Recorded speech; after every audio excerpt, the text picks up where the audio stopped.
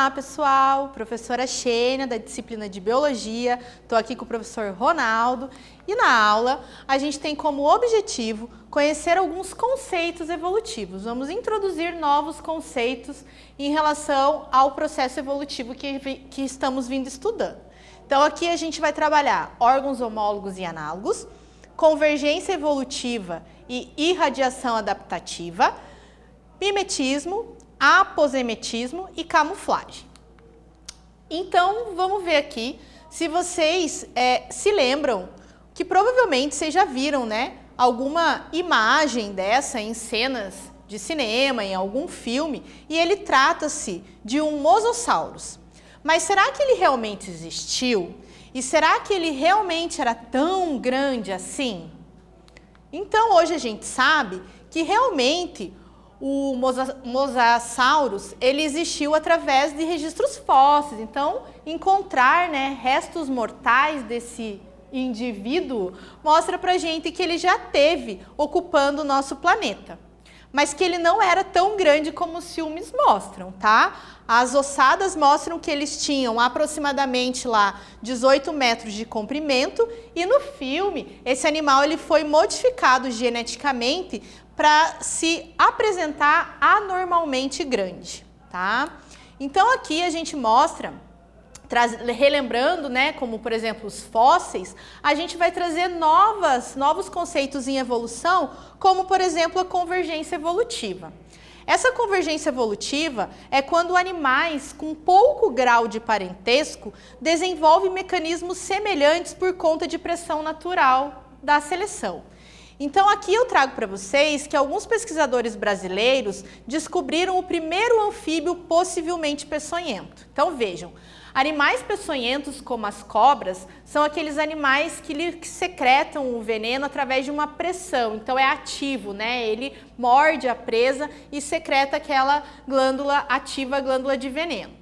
Nos anfíbios, que mais comum quando a gente vê que são os sapos e as pererecas, a gente sabe que eles também possuem um veneno, mas eles não vão atacar a sua, né, a presa. Aqui, eles vão liberar esse veneno somente se o predador for atacar eles. Então, eles têm uma expressão, né, tipo, ela ativa a glândula de forma passiva, enquanto os peçonhentos de forma ativa. Mas aí a cobra cega, que é um anfíbio e recebe esse nome, né, porque ele não tem os membros, então ele lembra uma cobra, mas a estrutura do corpo deles é de anfíbio, corpo úmido, para que seja importante fazer as trocas gasosas, né, faz respiração cutânea. Esses pesquisadores, eles identificaram nessa cobra cega a estrutura perto dos dentes, que ela vai secretar esse veneno quando ela tenta abocanhar as presas, porque ela é um animal carnívoro e se alimenta de outros pequenos animais. Então aqui a gente vê o caso de convergência evolutiva. Por causa da forma de adaptação de um ambiente semelhante, né, como ao das cobras, a gente está vendo mecanismos semelhantes entre dois organismos que não tem nem um parentesco evolutivo entre eles, tá?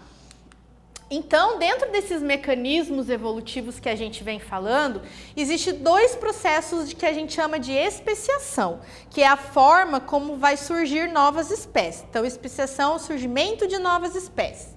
No primeiro caso, a gente tem a anagênese, tá? Que ele é um processo de mudança gradual ao longo do tempo. Então, os indivíduos de uma população começam a acumular mudanças, né, que surgem por mutações, e aí vai chegar um determinado tempo que essas mudanças foram tanto acumuladas que você vai olhar e vai falar, nossa, não é igual ao antigo. E aí a gente vê o surgimento de uma nova espécie. Agora, a cladogênese, ela já é diferente porque ela envolve uma bifurcação. Os indivíduos no processo de especiação, um grupo de organismo, eles vão divergir e cada um dessas divergências vão apresentar processos de seleção diferente, levando ao surgimento de novas espécies. Então vejam que aqui a gente vai ter um grupo evoluindo independente do outro, demonstrando essas ramificações que a gente observa nas árvores filogenéticas. A cladogênese é o exemplo de especiação mais bem observado, é o que mais acontece. E ele é um mecanismo evolutivo ativo, porque veja que da cladogênese, uma espécie vai dar origem a duas, então isso contribui para aumentar a biodiversidade do planeta. Enquanto que na anagênese, a gente tem apenas uma espécie que acumula mudanças e dá origem a outra. Então a gente não aumenta, a gente mantém o número de espécies do planeta. Essa modificação toda que a gente vê dentro dos seres depende do que a gente chama de irradiação adaptativa, que é um fenômeno evolutivo que ocorre quando um grupo ancestral, tá? Um organismo-chave, digamos assim, essa ave central, eles começam a se espalhar, né, e colonizar diferentes ambientes. E quando eles se espalham e colonizam diferentes ambientes, os recursos alimentares, a temperatura, os processos seletivos sobre esse ambiente são diferentes. Então isso contribui para originar novas espécies, tá? Então, adaptações diferentes em meios diferentes levam à formação de novas espécies, mas que todas elas compartilham um ancestral comum. Isso mostra pra gente a divergência evolutiva, que é o fenômeno evolutivo observado quando os organismos desenvolvem características diferentes por causa de processos de seleção diferentes no ambiente, né? Mas que eles têm a mesma origem evolutiva, mostrando que eles possuem um ancestral comum. Então eu trago aqui para vocês 3 exemplares de um mesmo grupo, né? Que é a classe dos mamíferos. O golfinho, o morcego e o leão, eles tiveram um ancestral comum, mas eles sofreram uma divergência evolutiva porque eles foram ocupando nichos e ambientes diferentes e se adaptando àquilo. Então veja, a nadadeira do golfinho, a asa do morcego e os membros inferiores do leão possuem a mesma estrutura óssea, a mesma origem embrionária, porém cada um deles tem uma adaptação ambiental diferente. Terrestre para leão, aéreo para morcegos e aquáticos para golfinhos. Ao contrário da divergência evolutiva, a gente tem a convergência evolutiva, que é quando a gente observa características semelhantes, mas em grupos de organismos diferentes. Então veja aqui comigo, o ictiosauro, né, que a gente sabe da existência dele por causa de registros fósseis, ele é um réptil. A gente tem o tubarão, que é um peixe, e a gente também tem o golfinho, que é um mamífero.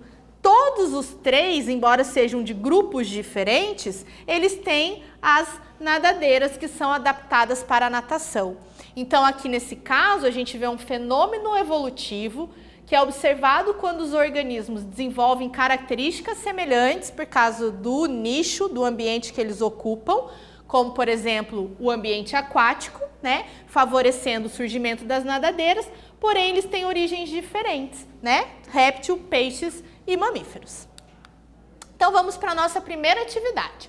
Então você provavelmente já deve ter ido a um zoológico e você já observou o comportamento de alguns animais. Olhando o comportamento dos animais abaixo, aqui a gente tem então, né, uma perereca, um jacaré e um hipopótamo. Apesar desses animais estarem em grupos diferentes, eles apresentam comportamentos semelhantes ou comportamentos parecidos. Explique essa afirmação com base na evolução.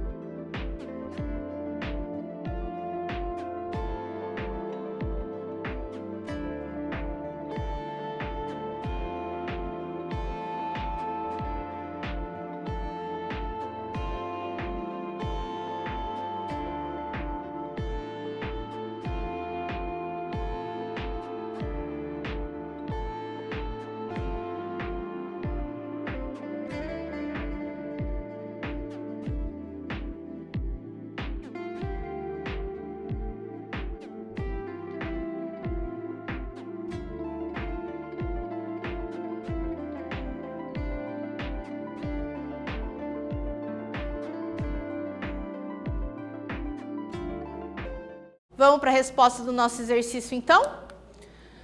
Aqui a gente tem 3 grupos de animais diferentes que ocupam o mesmo nicho. Então, esse comportamento semelhante, né, entre eles é uma convergência evolutiva. Um fenômeno que observa que seres vivos, quando desenvolvem características semelhantes, como a capacidade natatória, porém de origens diferentes, porque aqui a gente tem grupos diferentes de animais, anfíbios, répteis e mamíferos. Então aqui a gente consegue também observar essa semelhança entre os seres e mostrar que eles possuem um ancestral comum através das análises anatômicas, que mostram órgãos que podem ser análogos e órgãos que podem ser homólogos. Nos órgãos análogos, eles vão ter a mesma função, mas origens evolutivas diferentes. Então veja, a borboleta, ela voa, assim como o morcego. Então, eles possuem asas, mas a origem das asas do morcego e da borboleta são diferentes, até porque se trata de um inseto e de um mamífero, né? Um invertebrado e um vertebrado. Já nos órgãos homólogos, a gente tem órgãos com funções diferentes, mas com a mesma origem evolutiva. Então, aqui a gente tem o caso das estruturas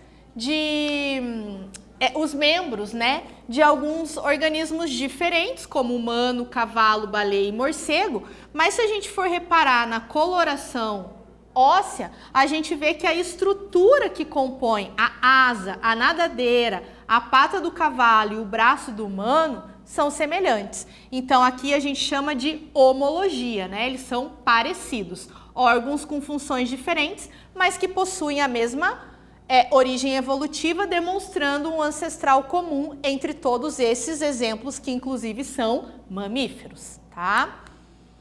Então, trabalhando melhor essas evidências anatômicas para vocês entenderem como a anatomia funciona, a gente viu que os órgãos análogos, né, eles em diferentes espécies possuem origens embrionárias distintas, como por exemplo, a asa de uma ave, ela é formada por ossos e músculos, tá? E a asa de um inseto, embora tenha a mesma função, que é a capacidade de voar, ele tem origem embrionária distinta, porque aqui a asa dos insetos, eles são expansões da epiderme. A musculatura para que os insetos consigam bater as asas fica no abdômen desses animais, mas ambas as situações, embora diferentes, são usadas para voo. E nos órgãos homólogos, né, que mostra uma homologia, a gente já vê aqui a representação óssea da asa de um morcego e da nadadeira de uma baleia. Embora eles possuam a mesma origem embrionária, porque os mamíferos tendem a se desenvolver da mesma maneira no início do desenvolvimento embrionário, ao passar aí, eles apresentaram, né, funções distintas. Mas veja, tanto a asa do morcego quanto a nadadeira da baleia tem a mesma origem embrionária, é formada por ossos e músculos, porém cada um tem uma adaptação diferente conforme o ambiente que eles ocuparam, um adaptado para o voo e o outro adaptado para a natação. Então aqui nessa tabela a gente consegue ver essa comparação. Veja, homologia e analogia. Homo vem de igual, analogia diferente, então a origem embrionária de órgãos homólogos é a mesma e a origem embrionária de órgãos análogos é diferente. A função na homologia geralmente é diferente e na analogia geralmente é igual. Na relação aos processos de evolução, órgãos análogos mostram uma convergência evolutiva, que é quando as características elas surgem, né, com a mesma função, porém em grupos diferentes. E na homologia a gente vê então uma irradiação adaptativa, que é a divergência evolutiva. Tem a mesma origem, mas divergiu, né, para determinada condição ambiental. Aqui os exemplos, asa de morcego e de aves, e na analogia, asa de insetos e de ave, tá? Os animais também passam por algumas adaptações evolutivas que são importantes para a sobrevivência deles no meio. Aqui, para atuar em relação à seleção natural, né, para que eles sejam selecionados de maneira positiva, alguns animais têm capacidade de fazer camuflagem, outros aposematismo e outros mimetismo. Então aqui a gente vai ver a aquisição de características que tornam os organismos mais aptos à sobrevivência e associados à relação ecológica voltadas para a predação. Vamos entender então como que eles conseguem ser selecionados positivamente em relação ao predatismo. Na camuflagem, a gente vai ver que é uma forma de defesa eficaz em que um animal vai se tornar praticamente invisível ao meio e assim o predador não consegue enxergar. Então aqui a gente vê uma aranha que ela possui a coloração muito semelhante ao ambiente onde ela vive, que é um ambiente de pedras. E aqui a gente tem a representação de um bicho-folha, que também é camuflado, não só na coloração, mas também no formato dessa estrutura vegetal, aonde ele passa a maior parte do tempo. O aposematismo, a gente tem características adaptativas que permitem mostrar aos predadores que a presa tem um sabor desagradável ou que ele é tóxico. E isso está muito relacionado com a coloração evidente. Então veja, essa relação é diferente da camuflagem, porque na camuflagem eles se camuflam. E no aposematismo eles se tornam destaques por causa da cor. Só que essa cor é uma coloração de aviso, mostrando para o predador que eles são animais perigosos, geralmente porque eles possuem alguma toxina. E aí, por fim, o mimetismo é quando os animais eles imitam o padrão ou de coloração ou de comportamento de outro organismo como uma forma de proteção, tentando espantar os predadores, mostrando um maior perigo. Então veja essas duas borboletas juntas, elas formam, né, como se fossem olhos de coruja, e aí eles acabam espantando os predadores, porque a coruja ela é mais perigosa, digamos assim, do que as borboletas. E a gente também tem a relação da cobra coral verdadeira e falsa. Elas não são nem da mesma espécie e nem da mesma família de cobras, mas a cobra coral falsa, com as colorações muito semelhantes da coral verdadeira, mostram para os predadores que talvez ela tenha um veneno tão perigoso que a cobra coral verdadeira tem, mas não tem. É só uma questão adaptativa chamada de mimetismo. Então vamos para a nossa atividade 2. Os louva-a-Deus e as esperanças são verdes, tá? E vivem em folhagens que também são verdes. E aí, qual a adaptação e a função biológica a frase acima se refere? Agora é com vocês.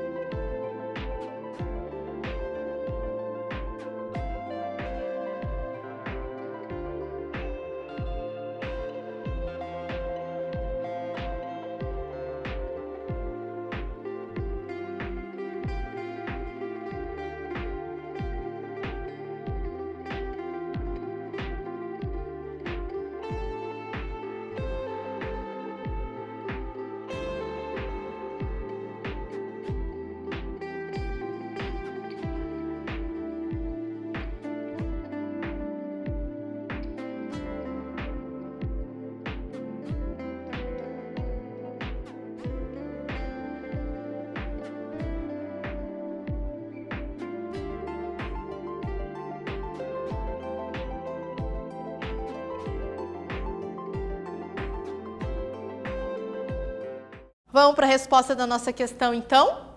Os louva-a-Deus e as esperanças são verdes e vivem em folhagens que também são verdes. Qual é essa adaptação e a função biológica que a frase traz para a gente, tá? Então, a gente tem aqui que, de acordo com a frase, isso é um exemplo de camuflagem, porque esse tipo de adaptação tem como função a fuga de predadores ou como estratégia de emboscada para pegar as suas presas, porque daí o louva-a-Deus da cor verde, camuflado nas folhagens verdes, consegue ficar escondidinho e assim ele foge dos predadores e também afugenta e também capta as suas presas. Então, como retomada do nosso conteúdo, a gente conheceu novos conceitos evolutivos, como órgãos homólogos e análogos, convergência e divergência evolutiva, que também caracteriza a irradiação adaptativa, o mimetismo, o aposematismo e a camuflagem. Então é isso, pessoal. Espero que vocês tenham gostado. Nos vemos numa próxima aula. Até breve!